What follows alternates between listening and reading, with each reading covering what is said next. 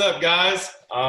Super thankful for you guys showing up. This is episode 15 on Chat with Will Grant, and I'm super duper excited to be able to introduce you to our special guest, Aaron Alexander from the Align podcast.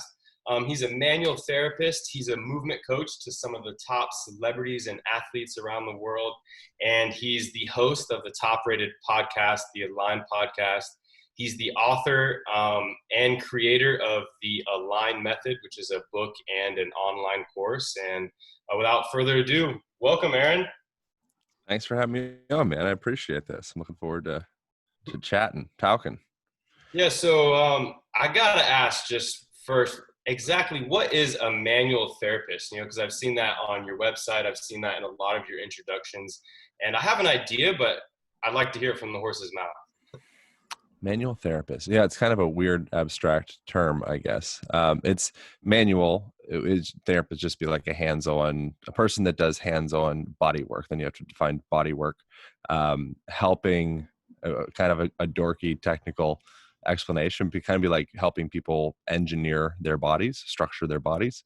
So you could do that with weightlifting. You could do that with a dance coach. You could do that with learning BMX. There's certain more mechanically efficient ways to probably pedal or twist or turn or flip. So you're literally restructuring your body in those processes. It can be helpful at times to have somebody come in with an elbow or a hand or, a foot, maybe walking on a certain area to kind of manually create space and tissue hydration. So you're able to go through those full ranges of motion. So I help people with that.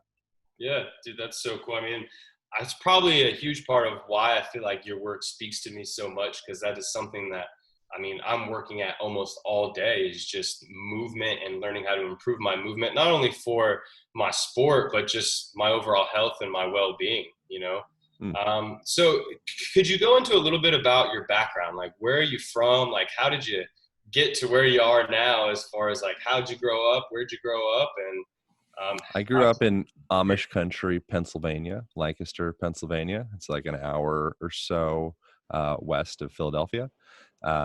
And grew up being obsessed with BMX. I just learned, I have my buddy Eric Heinman, he just dropped the knowledge on me that he was really close friends with, what's his name? The guy that ended his life. Was it Dave Mira? What's the Yeah, I was like obsessed with him. I had no idea that story. I was actually bummed. I went in and immediately looked at like all of the old videos of him and all of the tributes and all that stuff. Did you know Dave in your existence? I didn't know him personally, because he's more on the freestyle side and right. race. So like, it's just more going as fast as you can from point A to point B. We would train Right. 1,200 meter sprinter, and they're doing more like gymnastic stuff. So it's a bit different. Yeah. So anyway, I was obsessed with him. I had his bike. I was like always building dirt jumps in my backyard and stuff. And just like, that was like all we did was we wanted to build sweet jumps. So we'd find like cars and stack dirt up on them and, build tabletops and all the things. I was never really any exceptionally good at biking, which is why I, now talk about manual therapy and podcasts apparently. But so that was kind of the background growing up, and then got really a bit obsessed with bodybuilding in a fairly unhealthy way, I would say. And kind of like the story, which stories are stories, was that just that emerged out of sensations of feeling kind of insecure and like my dad was getting into drugs and things, and he ended up like going to prison and all this different stuff. And now he's doing quite well, which is great. But at the time I felt quite unstable in my environment, you could say. One would guess. At the time I think I felt quite normal, but in retrospect, I'm like, I would have had to have felt very unstable and very unsafe. So I ended up hypercompensating with lots of mass. So I put on muscle gains as fast as I possibly could. Put on like 60 pounds in a matter of like, I think it was like a year or something stupid. And was just obsessively pounding protein shakes and the creatines and the glutamines and all the bars and having like the most terrible farts. And it was a really awkward scenario in my life. But I got really big. Like I was like, I shot from being like this in the book, I describe myself as like a awkward, deranged baby giraffe. I threw the deranged part in there actually. And then it kind of converted into being this like little young child boy Hulk scenario, which is very strange. Yeah. And then there was such imbalance as a product of me like really focusing on the beach muscles and nothing else really. That's turned into injuries and started getting much worse at sports. I played ice hockey at the time, and things the wheels started kind of falling off in a way. But still, from the outside, I looked pretty sweet. Like I was like, oh wow, like you're like physically as a young 18-year-old kid, like you're killing it. But internally, there was pain. I was getting shittier and shittier at sports as I got bigger and bigger. And then ended up taking off to Hawaii and got into like surfing and jujitsu and studied massage therapy and went to school for psychology, and then went to Colorado, got into rock climbing, and kind of my environment started forming me, I guess you could say, with time. So leaving Amish country, I think, was really helpful for me. And I have, pay homage to Amish country because it actually is quite beautiful. It's just a little slow. Places like that, the tendency is to veer into me. It was like, pounding bottles of Robitussin and smoking weed and cigarettes and beer bong and 40s and just getting high, bending my mind in any way that I could, essentially. Yeah. It's crazy that you say that story, and it just reminds me that how we're on such a similar path, because I started with the whole bodybuilding thing too, and well, first my career was the racing, and then when I got hurt, I put all my energy into the bodybuilding and the partying and the drugs, and it just really caused everything to break down. Where my career was starting to go downhill, I was performing worse and worse, and my body and my mind were just feeling like more limited and more toxic. And then it took it to the point where everything just started breaking, because I kept training, I kept riding, and then my collarbone broke, my shoulder broke, my ACL was tearing, I ended up breaking my femur, till it got to the point where my body was so broken where the doctor was telling me I may never walk again without pain. And then that's what kind of I got stuck like on the ground, where I was in the house for like a year and almost 2 years, where I could just sit on the ground and just learn how to heal. And that's what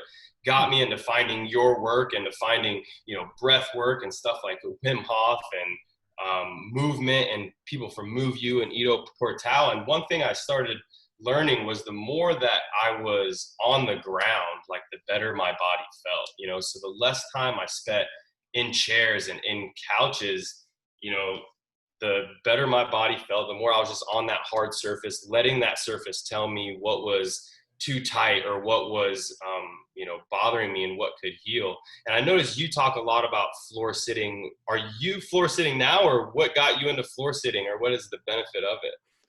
I am now, only because it just is a very sensible decision, and it feels good, and I can stack variables. I'm also outside, so I have like some natural sunlight coming down, so I'm not just staring into a screen for any amount of time.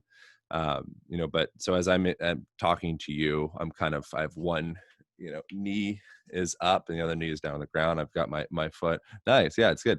It's not a big deal. Like I think things can become kind of perverted and dorky and weird and that's fine. Whatever starts a movement and gets people doing something that's better for Yeah, themselves. when you tell somebody like, hey, you got to sit on the ground more, they're looking at you like or at Yeah, least like that's what a wild idea, man. What are you smoking?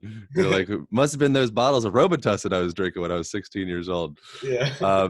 But it's like this, you look at cultures from around the world, so there's like Northern Africa, there's Eastern Mediterranean, there's all throughout Asia, uh, cultures that just naturally inhabit themselves down on the ground via, they eat on the ground, and maybe they even share food out of one bowl like they do in Ethiopia and Morocco, and all over the place. They have that connection with each other, which is a separate conversation, but kind of is the same conversation, because if you are a person that is comfortable with taking your body through a full range of motion to get all the way down to the ground, you're much more likely to take your physical body and your mind, because they're connected. And that's another kind of tangential conversation, out of those typical confines of I'm sitting stuck, confined in my desk, and the teacher is projecting information onto the board, and then I'm looking in information to the screen and into the book, and I kind of keep my hands to myself, and I stay inside of my little desk cell, and that's what you're instructed since you're a little guy or girl.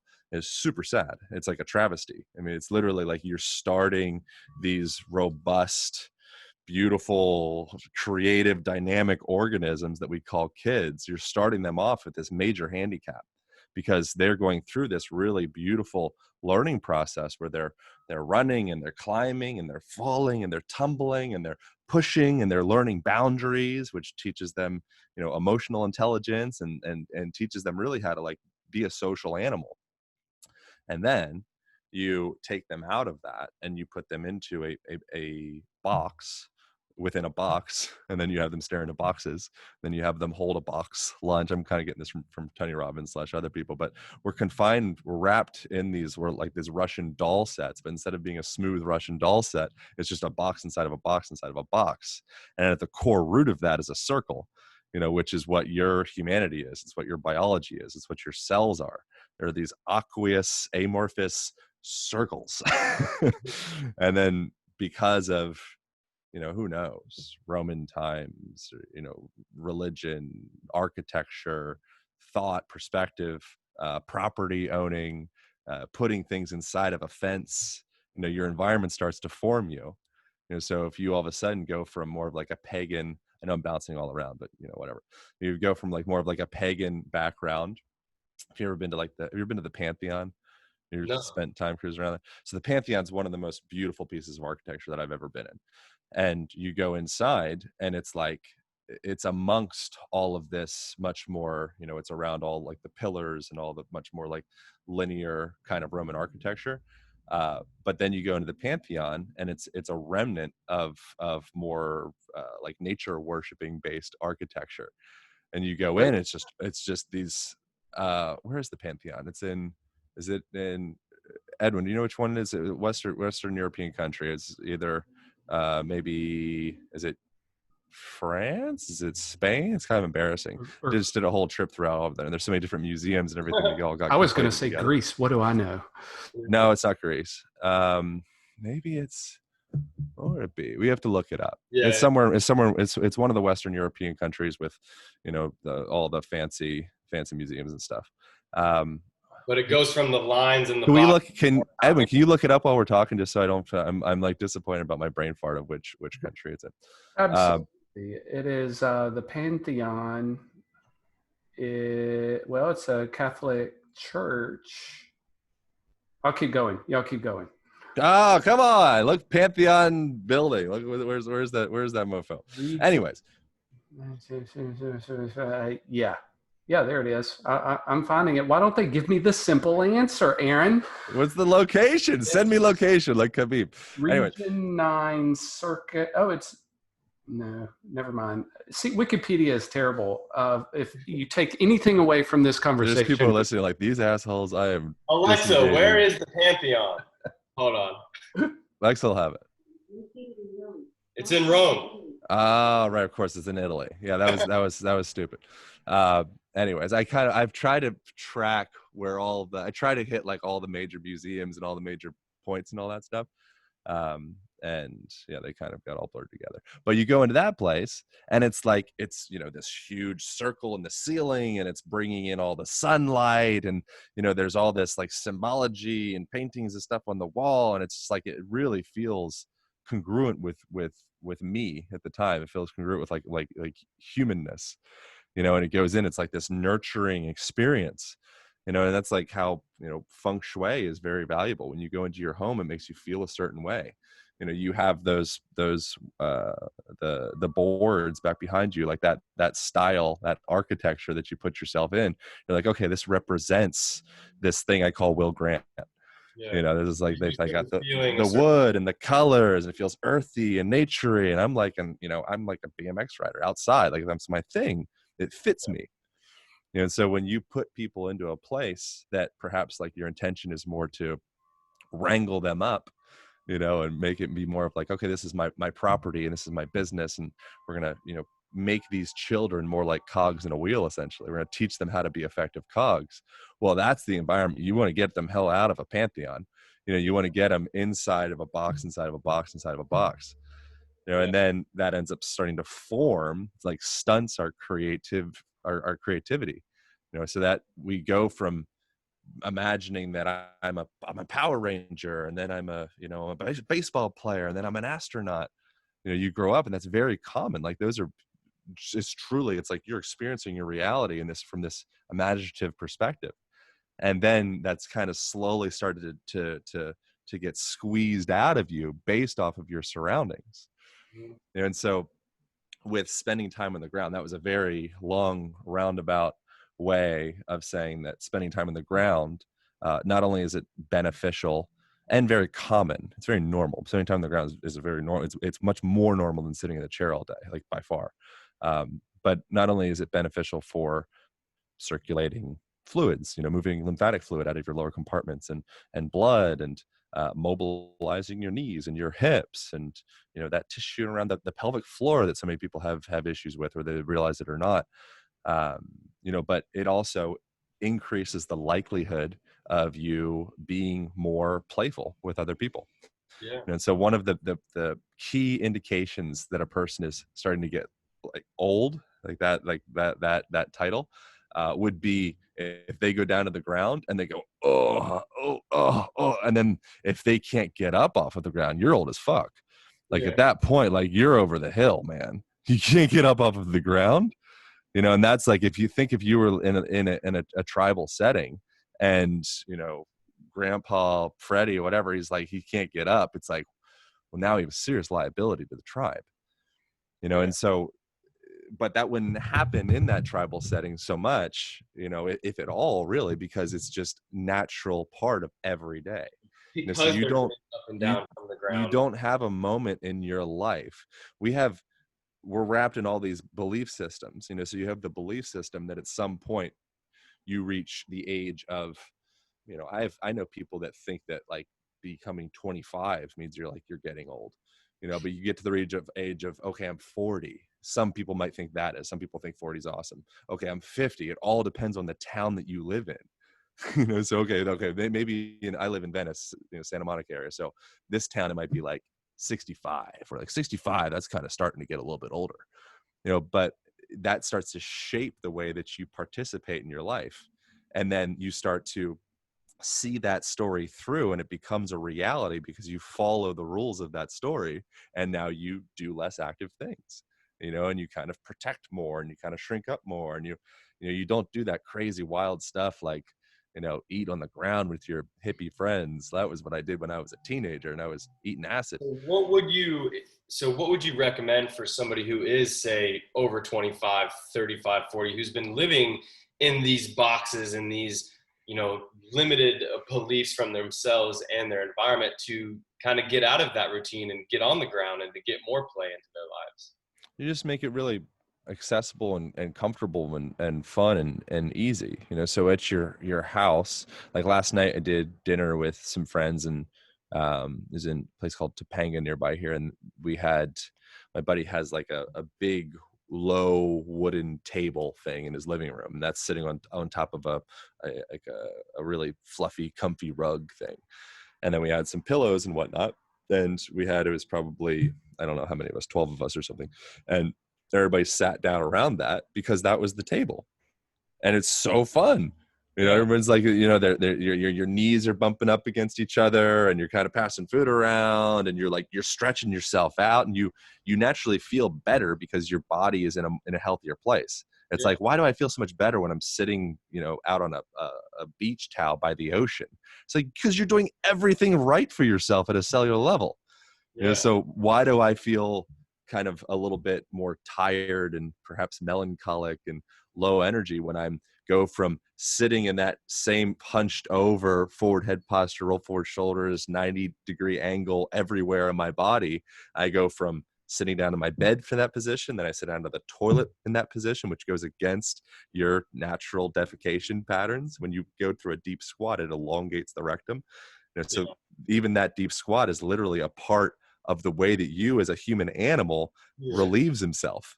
And that was been taken off of the table, and kind of raised up on a raised table, and then you go into your car seat in the 90-degree angle. Then you go into your office and sit in the chair at 90-degree angle. Then you go take a lunch break and sit in another chair.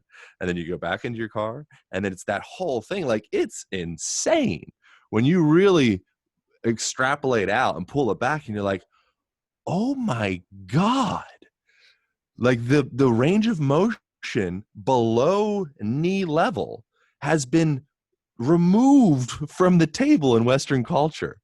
Yeah. That's crazy. And then you look at any healthy child or any animal or any culture that hasn't been indoctrinated by those movement patterns, and oh wow, they don't have very high incidence of osteoarthritis of the hips, very low in the knees. Their ankles just have full functional range of motion, which allows the psoas to come online and allows you to have full spinal mechanics. Because if you have impingement in any one of those joints, it will send a catalyst or a stimulus of compensation to the rest of the body to kind of stiffen up and tighten up, because you don't have that range. It's like removing, if you are a hydraulic pump, you're like a whole hydraulic system. You're pumps on pumps on pumps. So if you were outside, you're pumping water out of the ground, and all of a sudden you put a screwdriver or a rock at the bottom of the pump at the lowest point of that lever. Now all of a sudden I can only pump it. Maybe instead of going for that full range of motion, I can only pump it. I lose 15 degrees. I lose 10 degrees. Now, every time I pump that water, so I can get some more of that life force out of the earth so I can drink and keep on moving, I only get a fraction of the pump. Well, that's what happens when you don't go through those natural ranges of motion, those onboard tuning systems that you've been that's been a part of your humanity for millions of years. When you remove those ranges of motion, all of a sudden you start becoming a less effective pumping system. Yeah. And then that has all sorts of implications beyond just not circulating fluids as well. It's tied into cognitive function. So your brain, I realize I'm just ranting and raving and no, go ahead. Talking a lot, but your brain is it doesn't exist inside of this vacuum in between your temporal bones and your ears. It's not just that's your brain. Like, your brain is your senses, your brain is your skin, your brain is tied into every range of motion that you have in your body that has feedback into the function of your neurology. And so when a person has limited ankle range of motion, for example, that's associated back into it's called the dopaminergic system in the brain. The way that your brain produces its neurochemistry is tied back into the way that you move your body.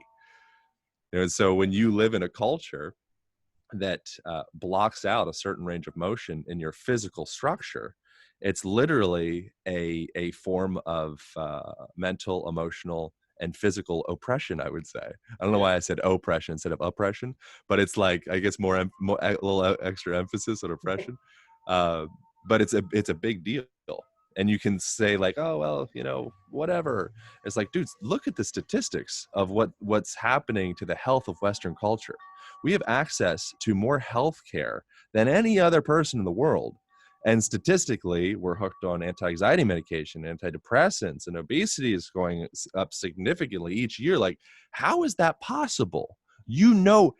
Everything you have access to all of the information of humanity in your fucking pocket. Like, there's nothing you don't know. But statistically, the ants are marching in this direction where the joints get shittier and our hormones get crappier and our insulin levels get messed up and everything. It's like, wow, okay. Well, the movement or the nutrition conversation is very obvious. The environmental stuff, putting parabens and different deodorants and perfumes and stuff on our skins, and birth controls and chemicals in the ocean and the streams and all that stuff. Like, that's a big part. Artificial lights, that's a major part.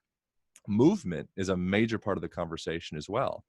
And I think that's a part of the conversation that I hear less. And so I've been doing this podcast for a while, and I've had the opportunity to integrate a lot of really smart people that have different ideas than I do. And I'm very stuck. I'm like an old curmudgeon-y, like movement bias person.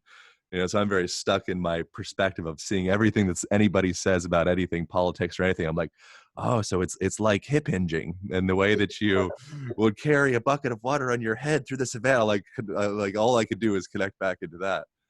Yeah. And so within that, though, it's like, if you really do think about it, really everything is in some part a movement conversation. Yeah. If you're angry at a protest, you're moving your body to emote anger. Yeah. If you feel like you're stuck in your ways, your patternings, the way that you think, there's a very good chance that your physical body will represent that. If you hear somebody's ideas that don't necessarily relate to your worldviews, there's a good chance you might shrink up a little bit. You might contract a little bit. Your shoulders might turn in a little bit. You might literally push that person away with your hands. You physically move them out of your life, or you might walk away.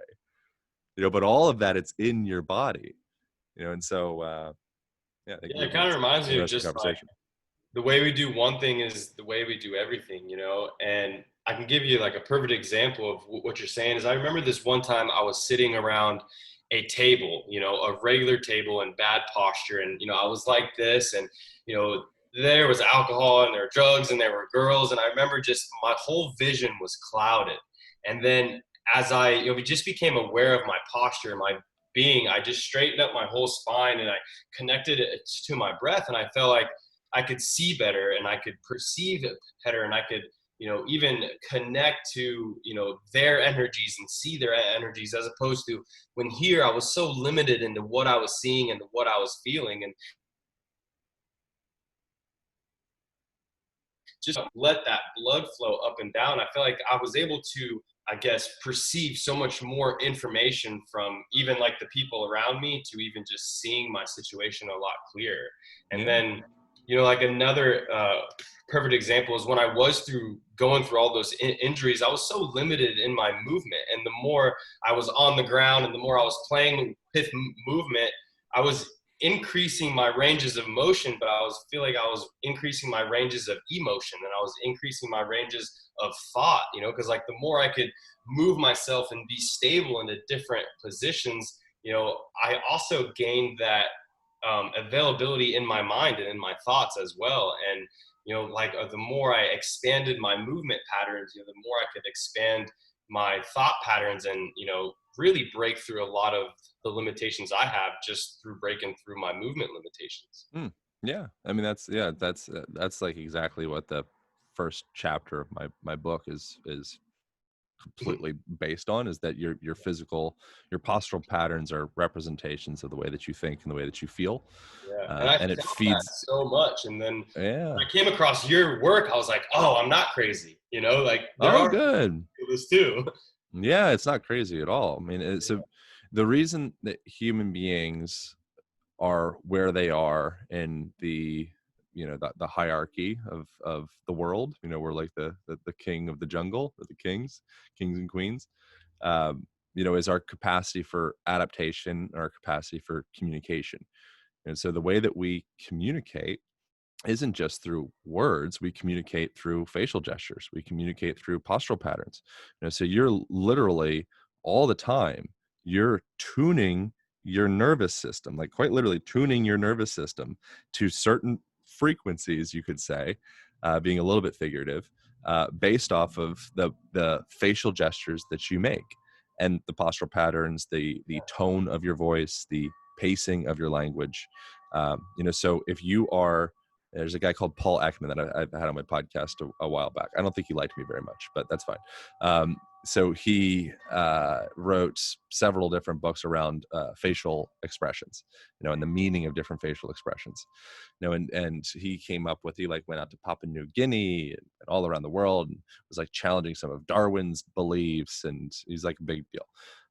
And he found that humans have 10,000, I mean, it's more than that, but 10,000 different facial expressions, specific facial expressions that have specific meanings tied to them. And when you express a certain thing, say, for example, if I smile at you, so I smile at my teeth. If I smile at just my teeth, as opposed to using my eye muscles, or I think they're called the orbicularis oculi muscles, but the muscles around the eye that kind of make you like go into like your eyes engage in the smile. If you don't do that, it's called a Duchenne smile, named after this French anatomist fella. And when you're smiling, a natural smile, you'll smile with your eyes. So that's like, oh, okay, cool. You, the other animals in this conversation, Will and Edwin, if I smile like that, you see, you're like, okay, cool. I trust that. It makes me feel a way. Okay, Aaron feels happy. That makes me feel happy. Now we're all happy. Whereas if I smile at you guys and I go, uh, that's like a different thing where it's like, okay, he's just kind of putting that thing on his face because he thinks that maybe that's what's socially acceptable, or maybe he's a sociopath and he's like doesn't even know how to access happiness. Maybe he's just has this dull, neutral, gray emotive experience and he could just kill somebody, wouldn't even give a shit. That's that kind of smile.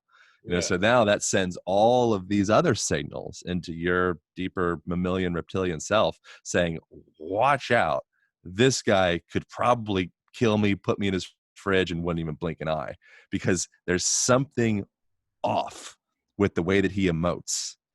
And then there's, that's just like a graphic, memorable way to think of it. But there's then within that, there's the other, 900, 9,900, whatever, all the other different ways that we're emoting through just our facial expressions, that each of those, they tune the way that we feel. So there's all the research around, there's lots of different ones. There's like the thing with the pencil, you put a pencil in your teeth and you smile for a little while, it causes literally changes your neurochemistry, changes your perception of the world just after having a pencil in your teeth, forcing you to turn on those smiling muscles. Same thing happens if you put I have all the studies in my book. I don't remember all of them, but another one I think was they put a golf tee in between your brow. And so you had to like squinch have like resting bitch face, essentially. You had to keep your face in resting bitch face to be able to pinch that golf tee. And then that would cause you to become more irritated and annoyed by the world. And so is just in an instant, man, you were continually orchestrating. You've got a little, what are those little baton things called? The little orchestrator guy. You're all the time going da da da da da da da da da da da, and then sometimes it's like whoa whoa whoa, based off of the way in which you move. And it just seems like so many people are kind of unaware that they have the ability to tune their nervous system and how they feel based on just sitting more upright and changing their posture. It seems like everybody knows the information because they have it on their phone, but they don't really seem to be aware of how they're moving throughout the day and how they can just stop and be mindful of how they are in that moment, and in that moment of not feeling good or insecurity, of just saying, okay, how can I change my posture and realign my breath to, feel better in this moment?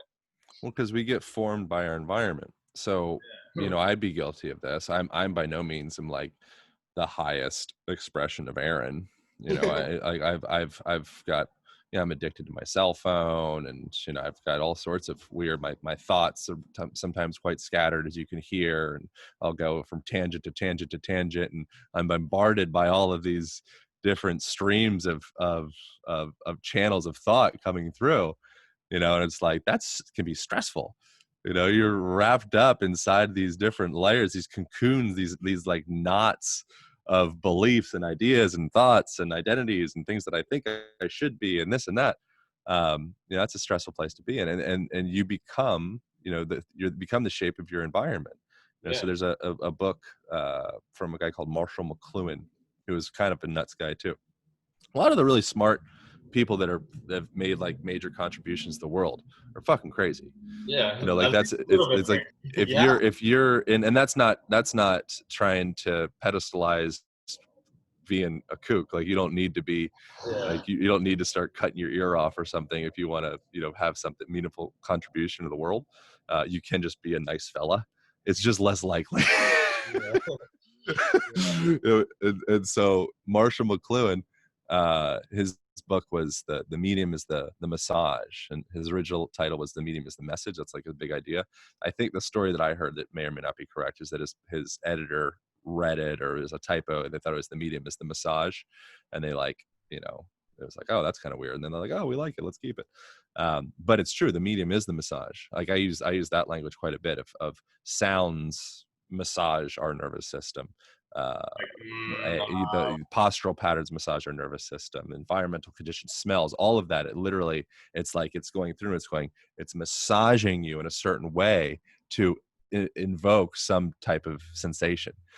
But when we are, our teachers in large part are becoming, oftentimes like cell phone influencer people that are oftentimes just obsessed with themselves and obsessed with their cell phone. And like that becomes the teacher, because they end up having the loudest megaphone, because they've kind of hacked the the thing that's in everybody's pocket. And then you go towards that person via staring into this flat screen, and that starts to really form the culture.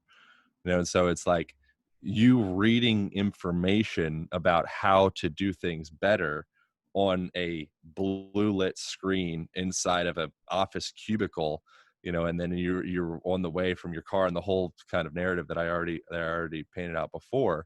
And then you reading that information, it's almost, you could almost say that you reading that information is a part of the problem. So it's like, it's really hard to solve these very circular human biological riddles with a flat, linear, artificially lit screen. Yeah. And so it's like, what do we really need? It's like, fuck, I don't know, man. You need to, have some woods near your house, and you need to like open the doors in your place, like get some trees. Like when you're finding an apartment, like make sure there's some trees nearby, and maybe you don't need to be in that city, like clawing your way up the social hierarchy. Like maybe it's, you owe it to your nervous system to say, like, you know what, I'm going to do something that's a little bit, I'm going to like focus on my biology. I'm going to focus on biological wealth. I've been so focused on this monetary paper wealth that's inside my pocket that may disappear in the next year based off of, all the stimulus and all the like the global crises and the way that we're handling and everything. Like, you don't know what the value of that stuff that you've been working your ass off for the last 20 years is going to be in the next 6 months, let alone 2 years. But what you do know is that the biological wealth that you have in your blood cells, and you have in your bones, and you have in your, inside of you, that's not going to go away.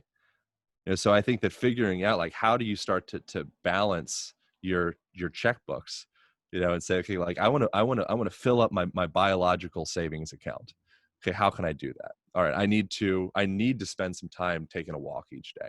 I need to look up into the clouds, and allow some natural sunlight to be exposed to my eyes, as opposed to just all this different pollutive blue light from my LED screens and from my, all the lights inside my house and inside the buildings. I need to have social connection. I need to have community. I need to have people that I actually love and care about.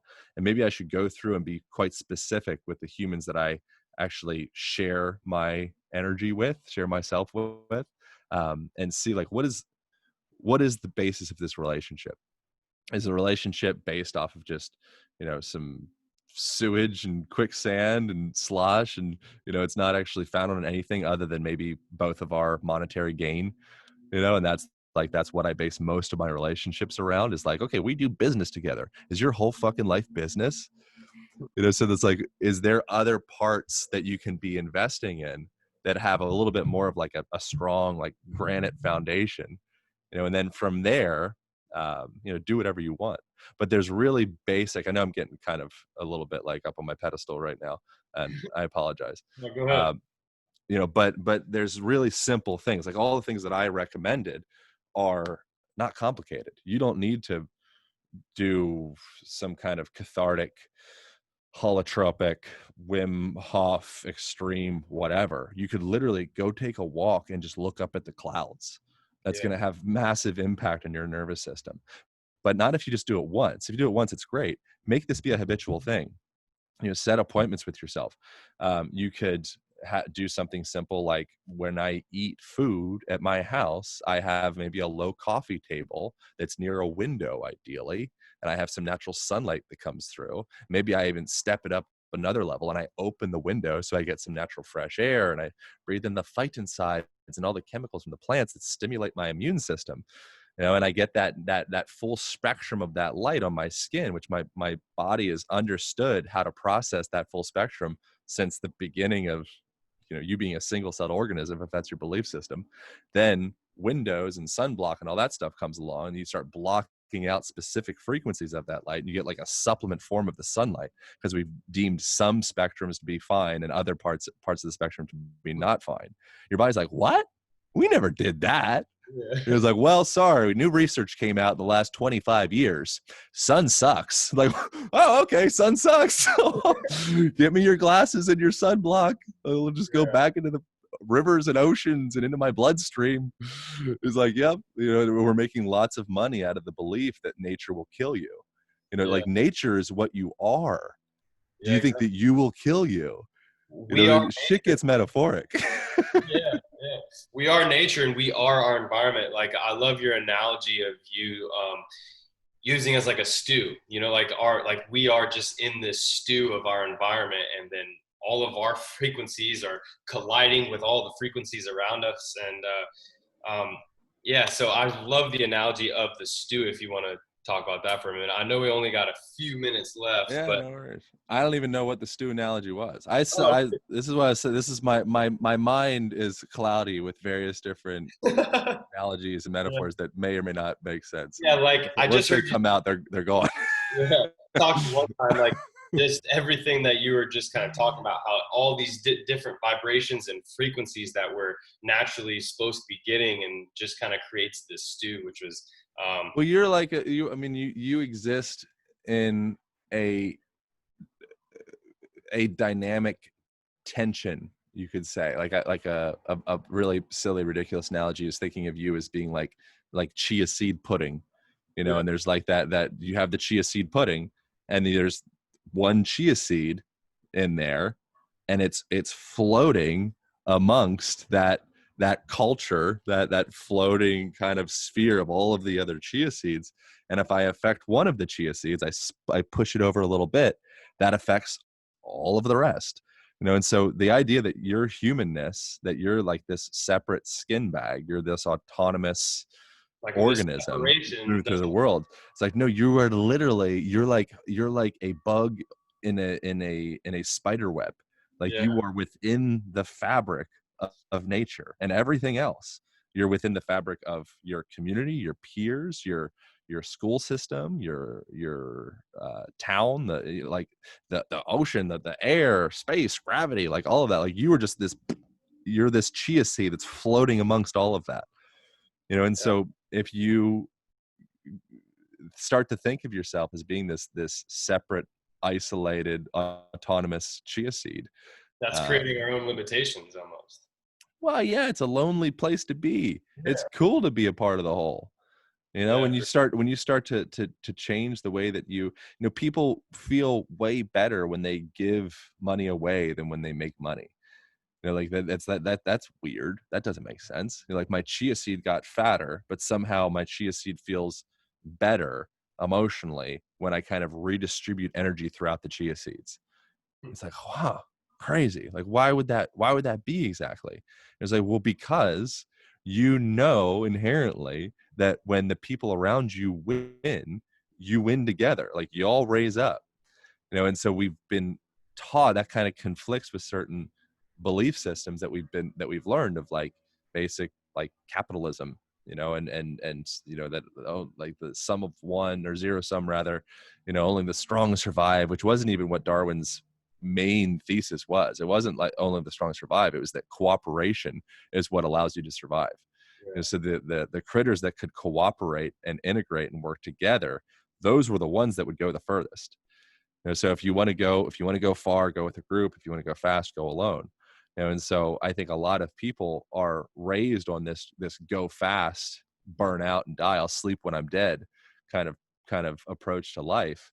And that's fine. It's cool to have that switch, have the nitrous boost thing where it's like, okay, cut the cords. Sometimes you're on a hike mission or a climbing mission or something like that, and you want to pick your partners very carefully, because just having people with you doesn't make you more safe. It's who do you have with you? What are the quality and caliber of people? You know, ideally you're like, you know, the weakest link. That makes all of a sudden that makes you be the safest in that situation. Yeah. You know, because now you have these other people that are stronger than you, that if something goes wrong, you're the liability and they're going to help get you out of it. For sure. You know, but I don't even know what I'm talking Let's about. land this plane, all right? We're chia seeds is what I'm trying to say. Yeah. Bunch of fucking chia seeds. All right, well, let's land. Choose your people intentionally is all I'm saying. Yeah. What is quick questions? You know, I got 3, so just one quick answer in less than a sentence. What is one thing that you have, like one habit that you have to do every day just to be your best? I don't know. Is there any one thing that you do every day, like in your morning routine or anything? From making I'm terrible. Like I said, I'm a fraction of what my optimally expressed self could be. You know, this morning I woke up at 8:20 a.m. Went to sleep at 12:45 because I was watching. I got consumed by the Michael Jordan Netflix special thing. I couldn't stop. I was completely addicted. I'm weak. We all are, right? It's that everyday practice. You know, so I think maybe that's a potential thing. It's like you feel because of questions like that. Nothing against the question. It's a great question. But I think we feel, and especially it's like you have a social media account, so like you're a brand. You know, you need to be a role model. You know, that's one of the things that Jordan said in the documentary that I picked up. He's like, if there's one thing I could take back, like I would, or if there was some way around not becoming a role model, like I don't want to be a role model. You know, I'm playing basketball. Yeah. Right? I'm not here to be your role model. I'm going to do my life. And if within that, you take some value through my existence or the story that you have of my existence, great, take it as long as it helps you.